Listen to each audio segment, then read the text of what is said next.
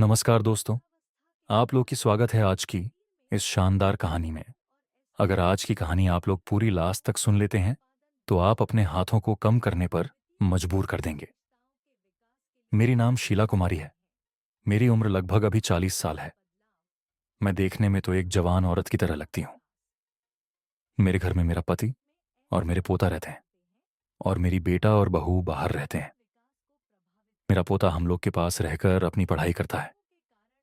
मेरा पोता अभी 8 क्लास में पढ़ता है क्योंकि गांव में थोड़ी बहुत खेती बाड़ी भी हम लोग मिलकर कर लेते हैं।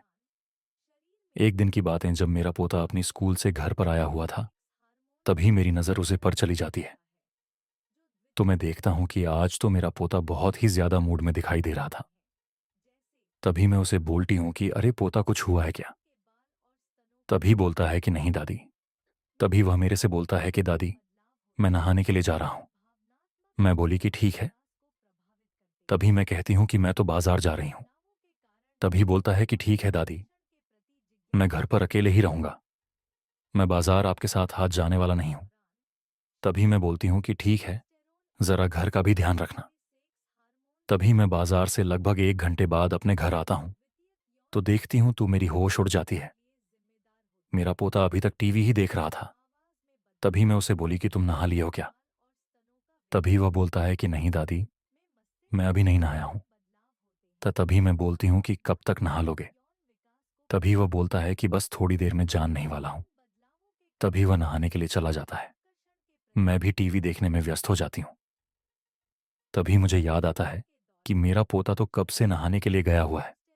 जरा मैं देखती हूं कि वह क्या कर रहा है अंदर। तभी नहीं देखती हूं कि मेरा पता तो अपने कमरे में चला गया है।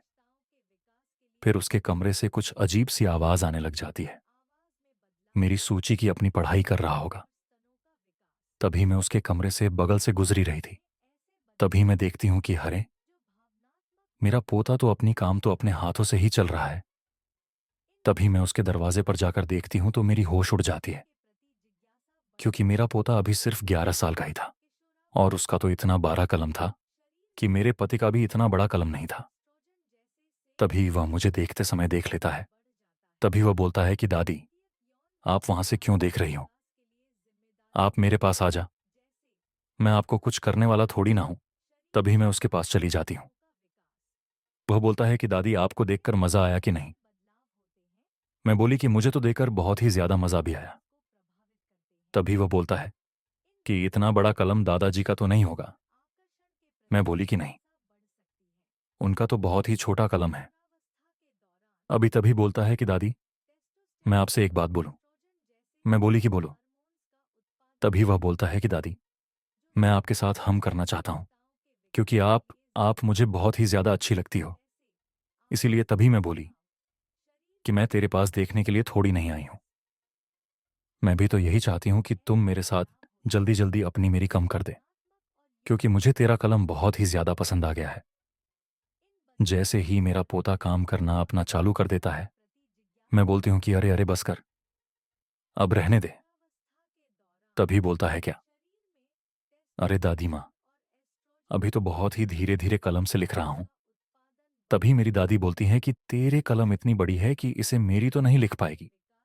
तभी मेरी पोता बोलता है कि अरे दादी माँ, आप चिंता क्यों कर रहे हैं? मैं आपका सब कुछ अच्छी तरह से लिख दूंगा आज के दिन, क्योंकि ऐसी मौका तो हर दिन आप मुझे देने वाली नहीं हो। फिर वो मुझे हिलाकर रख देता है।